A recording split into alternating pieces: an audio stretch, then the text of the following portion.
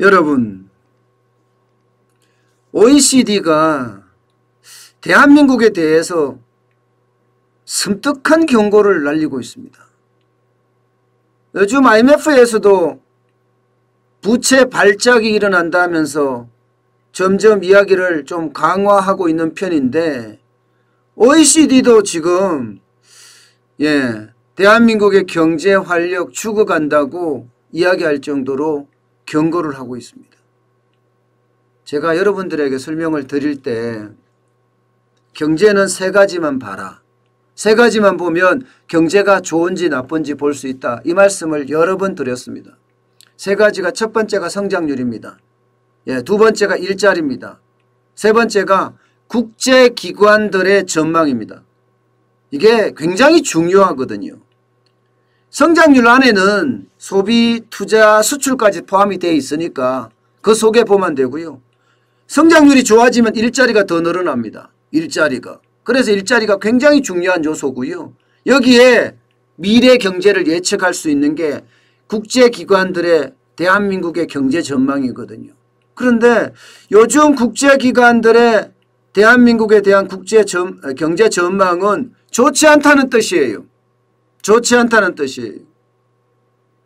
제가 제 임의대로 여러분들에게 경제가 나쁘다, 좋다, 저는 그렇게 이야기하지는 않습니다.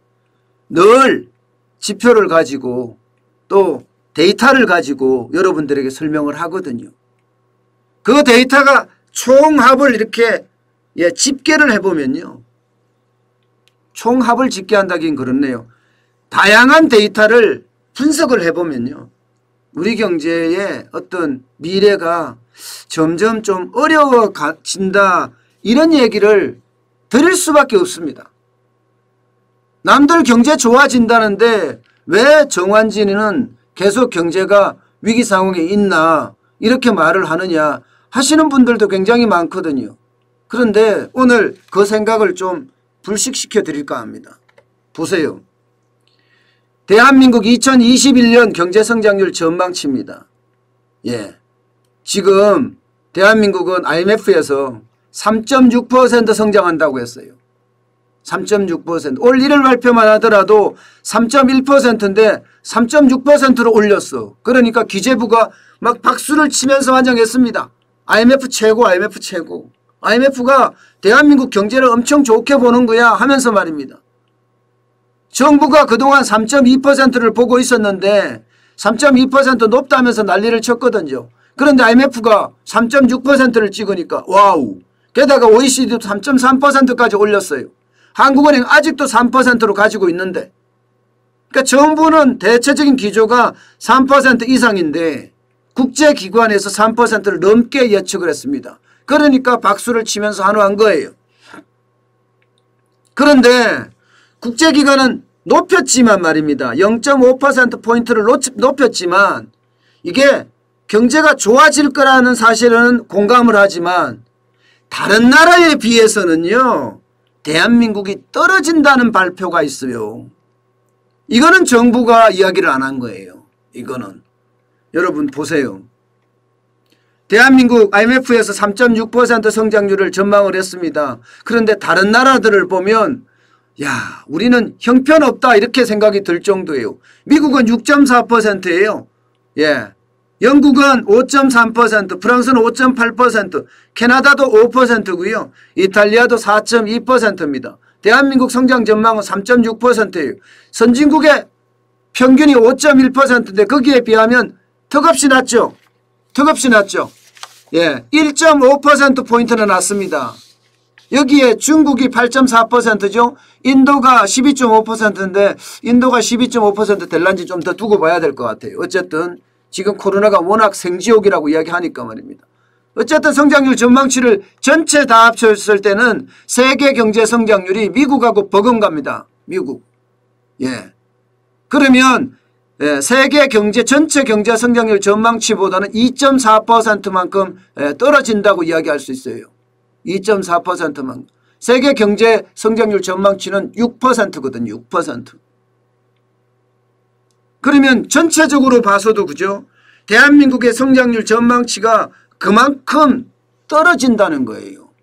이게 중요한 핵심입니다. 다른 나라들은 그야말로 V자 반등을 하고 있는데 대한민국은 V자 반등을 하지 못한다는 겁니다. 그게 핵심입니다. 그냥 회복 정도 한다는 거예요. 회복 정도. 회복 정도. 더 큰 문제는요. 더 큰 문제는 바로 여기에 있습니다. GDP 갭입니다. GDP 갭. GDP 갭이라는 것은요. 간단하게 말씀을 드리면 이게 잠재 성장률이라는 게 있고 실제 경제 성장률이라는 게 있잖아요.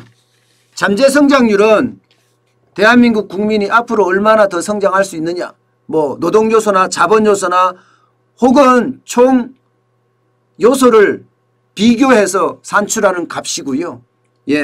이런 잠재 성장률에서 실제 성장률은 지금 성장하는 거니까요. 지금 성장하는 거니까.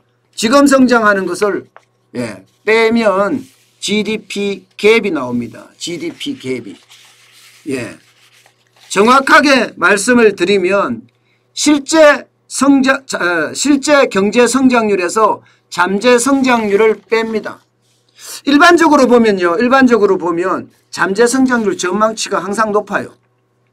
근데 잠재 성장률 전망치만큼 따라가지 못하는 게 실제 경제 성장률의 전망치거든요. 그러면 잠재 성장률이 높다.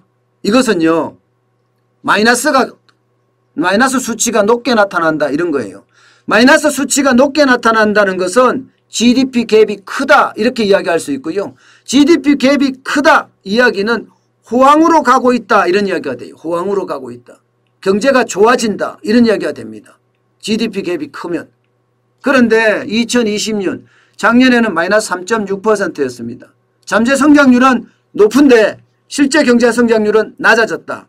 그러면 이게 호황으로 갈 수 있는 기반이 되거든요. 그런데 2021년에는 오히려 플러스 1%예요. 잠재 성장률을 못 따라가는 결과가 생깁니다. 잠재 성장률을. 그래서 GDP 갭 순위도 OECD 37개국 가운데서 24위로 밀려났습니다. 근데 문제는 내년은 더 심각한 거예요. 내년은 더 급반등해서 우리 경제가 제대로 길을 찾아가야 되는데 지금까지 봐서는 그러지 못하다는 겁니다. 내년에는 OECD 국가 중에 32위까지 떨어집니다. GDP 갭이 내년에는. 그러면 우리 경제가 지금 활력이 죽어간다. GDP 갭이 빠진다는 것은 활력이 죽어간다는 이야기거든요.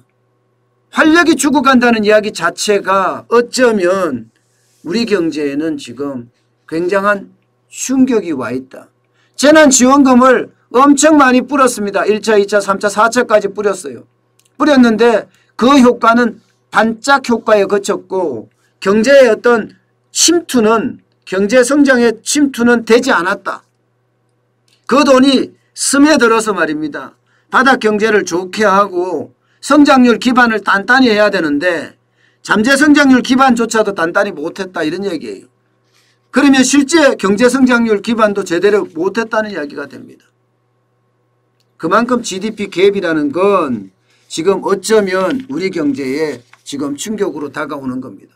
자, 제가 이래서 우리 경제가 지금 평탄치 않다, 좋지 않다. 제가 그렇게 말씀을 드린 겁니다. OECD나 IMF가 경제성장률 전망치를 높인 건 사실이지만 다른 나라에 비해서 높인 거는 굉장히 낮고요. 또 다른 나라에 비하면 성장률 전망치도 반토막이 나기도 해요. 미국보다는 반토막이잖아요. 미국보다는. 그만큼 우리 경제가 V자 반등은 못하고 회복을 한다는 뜻이고 게다가 올해의 어떤 GDP 갭이나 쉽게 말하면 호황으로 갈 수 있는 요소나 내년에 GDP 갭이나 이게 다 쉽지 않다. 흔들리고 있다. 이런 이야기입니다. 결국은 재난지원금을 엄청 많이 뿌렸지만 그것은 일장 춘몽에 불과했다. 반짝 개선에 불과했다. 이런 이야기가 되는 거예요. 제가 경제정책에 대한 대전환이 필요하다 이렇게 말씀을 드린 이유도 바로 이런 이유입니다. 정부가 시장 친화적으로 변해야 됩니다. 그렇게 경제 정책을 대전환해야지 이대로 가다가는요. 예. 이대로 가다가는 우리 경제가 진짜 꼬꾸라집니다. 게다가 노동 중심의 경제가 되다 보니까 이게 노동 친화적인 경제 정책을 가지고 있다 보니까 이게 더 큰 문제를 발생시키고도 있거든요. 아마 앞으로 더 힘들어질 겁니다. 저는 경제가 그렇게 좋아질 거라고 보지 않아요. 네.